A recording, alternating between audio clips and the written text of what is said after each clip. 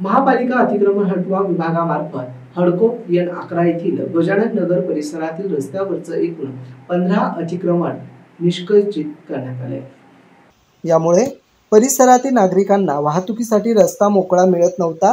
सर्व भाजी विक्रेते व सह टपरीधारक यांनी रस्त्यावर अतिक्रमण केल्यामुळे याबाबत आयुक्त महोदय यांच्याकडे ऑनलाईन व लेखी प्रकारे तक्रार प्राप्त झाल्या होत्या। या अनुषंगाने अतिरिक्त आयुक्त संतोष बाहुळे तसेच उपायुक्त सविता सोनवणे यांनी गुरुवारी आणि शुक्रवारी या भागात पाहणी केली। सर्व व्यापाऱ्यांना, अनधिकृत टपरीधारकांना व इतर अतिक्रमणधारकांची प्रत्यक्ष चर्चा करून त्यांना 2 दिवसाचा अवधी देऊन सर्व अतिक्रमणे काढण्याबाबत सूचना देण्यात आल्या होत्या।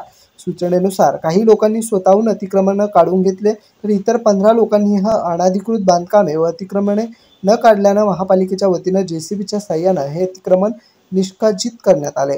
यामध्ये कारवाई करत असताना सुरुवातीला किरकोळ स्वरूपाचा विरोध झाला, परंतु नंतर त्याच भागातील ज्येष्ठ नागरिकांनी विरोध करणाऱ्यांना कारवाईबाबत समजावून सांगितलं। ही कारवाई सर्वांसाठी चांगली आहे। अत्यावश्यक वेळी अग्निशमन आणि रुग्णवाहिका येण्यासाठी रस्ता मोकळा मिळणार आहे। त्यानंतर लोकांनाही नंतर प्रशासनास सहकार्य केले, स्वतःहून आपल्या घरासमोरील ओटे शेड काढण्यासाठी मदत केली। आज सकाळी महापालिकेच्या JCBच्या वतीने लोखंडी टपऱ्या, लोखंडी कपाटे, लोखंडी बॉक्स जप्त करण्यात आले आणि इतर नागरिकांनी फक्त आजूबाजूचे पत्रे काढले होते। शेड व ओटे न काढल्यामुळे JCBच्या साहाय्याने अतिक्रमण काढण्यात आले। रस्ता मोकळा करण्यात आला। सदर कारवाई गजानन नगर ते नवजीवन कॉलनी या रस्त्यावर प्रामुख्याने राबवण्यात आले।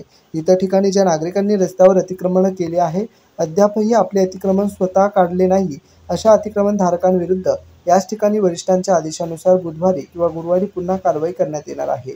तसेच N11 मुख्य रस्ता स्मशानभूमी जवळ असलेले अनधिकृत व्यवसाय करणारे ट्रॅक्टर, रेती, खडे यांच्याविरुद्ध देखील ही कारवाई करून त्यांना हटवण्यात आले। सदर कारवाई आयुक्त तथा प्रशासक जी श्रीकांत यांच्या आदेशानुसार करण्यात आली।